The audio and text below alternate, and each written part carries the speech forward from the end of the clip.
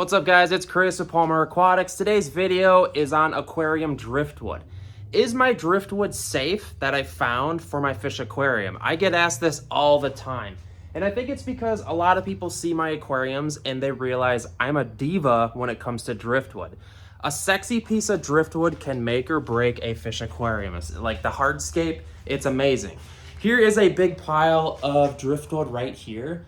So the question is this just safe when you find it by the river or next to a trail or in a ditch? Is this safe to just put in our fish aquarium? First thing I always tell people, when you find a piece of cool driftwood that you're thinking about putting in your aquarium, what you want to do is take a close look at it. Make sure that there's no rotten spots, because we don't want any decay. And a lot of times, like the giant thick like stump-like pieces, if they're decaying, it's gonna decay in your water and you don't want that.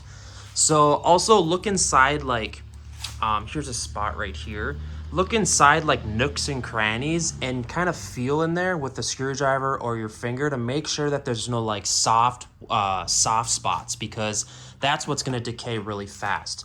So first of all, make sure it's a decently hard wood as well. Come up to the wood with your fingernail, and if you can scratch it really easily and it like falls apart, it's probably not a good wood to use. This light colored wood here, this is actually really soft, as you can see here.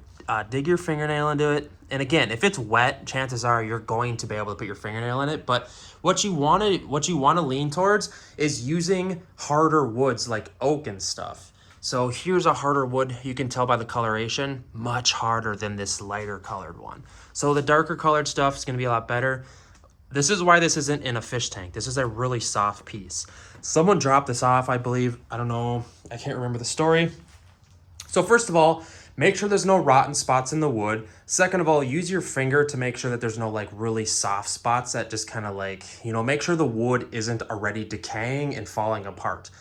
At the end of the day though, when we put wood in our fish aquariums, the wood is actually breaking down and decaying. So that is what's happening. So, and the third thing, make sure that where you find your driftwood isn't where they're gonna be spraying pesticides and just all kinds of sprays and stuff for plants, weeds, bugs, pesticides, herbicides, because if they accidentally spray the piece of wood and then you put it in your aquarium, that's not good news, because it's probably going to kill off all your fish and it's not a great scenario. What I would advise you do, hey look, an Amazon package. What I would advise you guys to do is get yourself a little kiddie pool like this. They're like 10 bucks. And you can see there's some rocks in there. What I tend to do, say if I find a piece of wood, is if I want to put the wood inside my fish aquarium, what I'll do is I'll come over here and I'll throw this in the pool, and then I'll let it sit in here for like a week. I know that it sucks that you have to be patient and wait, and then fill it with water, and that way you let it soak for around a week. It's very beneficial to the aquarium.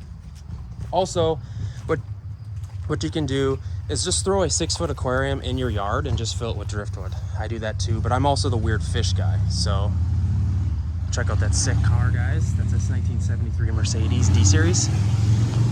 God, the motorcycles are so loud this time of year. I sound like a grandpa. But yeah, guys, the things I talked about, make sure nothing is decaying. Check the soft wood test with your fingernail. Soak it for a week if you can, if possible. A lot of times though, if I found the piece by the river and I'm certain that they didn't spray anything, I'll just throw it right into a tank, if I'm being completely honest, if you guys want my brutal honesty. Hopefully that helps you answer the question if your aquarium driftwood is safe to just throw in your aquarium. I know that this is kind of one of those weird topics where like nobody's talking about it and nobody's being realistic. Also, nobody's talking about the laws in which you can take driftwood from Mother Nature. I have a bunch of videos on these, and that's why I'm doing this video series, because I get so many questions regarding aquarium driftwood. I think it's because people see my tanks. So we're out in the garage kind of trying to sell off some tanks, kind of trade them off. As we fill the house with more and more aquariums, we don't need certain sizes. Someone's honking like crazy. But yeah, hit me up in the comment section if you guys have any further questions regarding aquarium driftwood. If it's safe, I'll try to answer them.